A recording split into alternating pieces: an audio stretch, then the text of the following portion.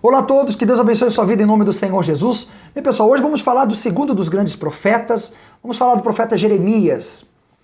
O profeta Jeremias teve uma missão árdua, difícil, né? A sua missão como profeta foi muito difícil, por isso 3 vezes nós vemos na sua história ele se derramando em lágrimas, por isso ele ficou conhecido como profeta chorão.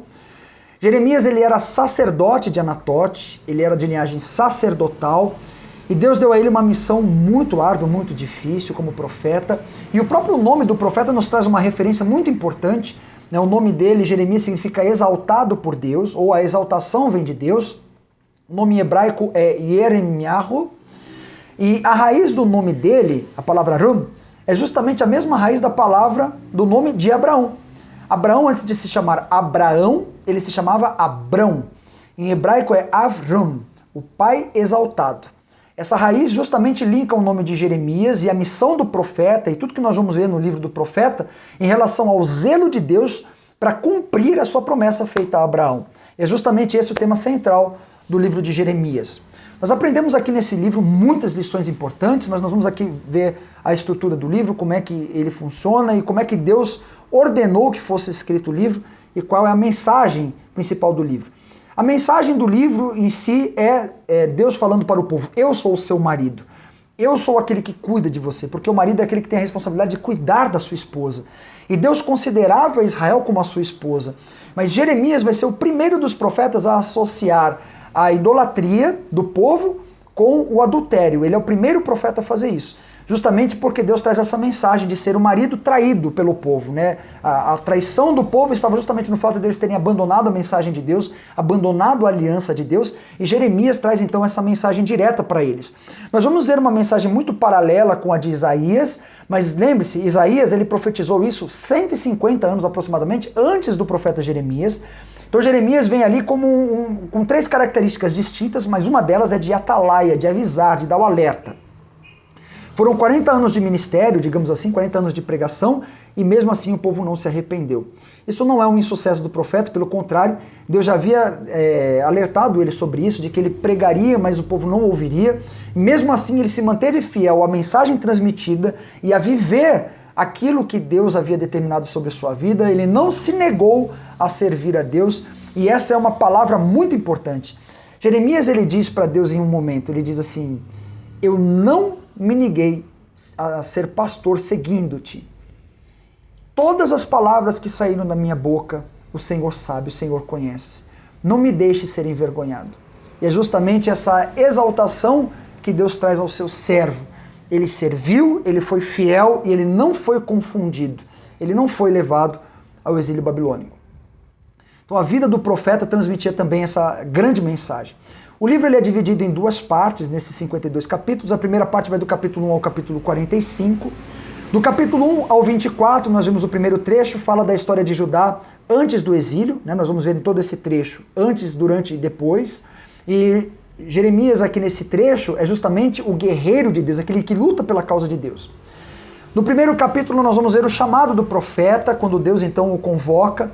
Jeremias ele era sacerdote, os sacerdotes eles começavam a exercer o sacerdócio a partir do 30º ano de vida, a partir dos 30 anos. E Jeremias foi chamado muito antes disso, então acredita-se que foi entre 20 e 24 anos. Muito provavelmente aos 20 anos de idade, que era justamente o período final da preparação, os últimos 10 anos de preparação do sacerdócio. Era um período decisivo para os sacerdotes, e é justamente nesse momento que Deus o chama para ser a sua boca, para transmitir a sua mensagem, e Deus justamente usa esses termos: as minhas palavras estarão na sua boca. E é justamente isso que representa ser o Navi, ser o profeta. Ele foi um profeta, o primeiro profeta a tratar da idolatria e do adultério, e ele acusou disso os líderes de Israel. Ele foi diretamente nos líderes, no rei, nos sacerdotes e nos anciãos. Ele também trouxe a mensagem de que o julgamento viria do norte, da Babilônia. E o povo não creu nisso, o rei não acreditou nisso e quis fazer uma aliança com o Egito. E Jeremias foi incisivamente falando: não é isso que vai salvar vocês. O que vai salvar vocês é fazer uma aliança com Deus. Não é fazer uma aliança com a nação A ou B ou C. Quem salva vocês é o seu marido. Deus é o seu marido. Ele vai cuidar do povo. Se tão somente vocês se arrependerem, pararem de cultuar outros deuses e voltarem a adorar somente a Deus. O povo despreza essa mensagem e justamente Jeremias vai interceder para o povo. Nós vamos ver isso no capítulo 14. As 3 orações de intercessão de Jeremias são rejeitadas por Deus. Isso mostra que existem orações sim que são rejeitadas. Não são todas as orações que são aceitas por Deus. Então, até na oração, nós devemos ter esse cuidado. A oração deve ser aceitável a Deus. Nós vamos ver no capítulo 25 um alerta de Jeremias: a Babilônia está vindo e vai trazer o cálice da ira para que todos bebam. Não somente Israel, mas todas as nações vizinhas. Todos beberão, inclusive Israel. Do capítulo 26 ao 45, nós vamos ver uma descrição do sofrimento de Israel, já com o cerco babilônico e também com a ameaça iminente da destruição. Do capítulo 26 ao 29, o profeta implora para que Israel se arrependa. Olha, se arrependam, senão vai haver destruição. Isso não acontece. Do capítulo 30 ao 33, vem então a destruição e a promessa. Olha, vai vir a destruição, porque vocês não se arrependeram, isso vai ter consequências, mas vai vir uma restauração. E aí Jeremias se apresenta com uma outra característica, não mais de guerreiro de Deus, mas agora como o atalaia de Deus, como aquele que traz uma mensagem de esperança para aqueles que vão sofrer com o exílio. Aqui há uma divisão no livro, e então nós vamos ver a segunda parte do livro, é justamente quando ele se apresenta como uma testemunha de Deus contra 9 nações, né, a Babilônia e essas nações. Do capítulo 46 ao 51, nós vamos ver o sofrimento e a restauração para essas nações que vai vir por meio do Messias. Lembre-se que Jeremias foi chamado para ser um profeta das nações, não somente de Israel. Do capítulo 46 ao 50, Deus vai usar justamente a Babilônia para julgar os inimigos de Israel, e depois no capítulo 50 e 51, Deus julgará a própria Babilônia porque ela vai se exaltar sobre essas nações, principalmente sobre Israel.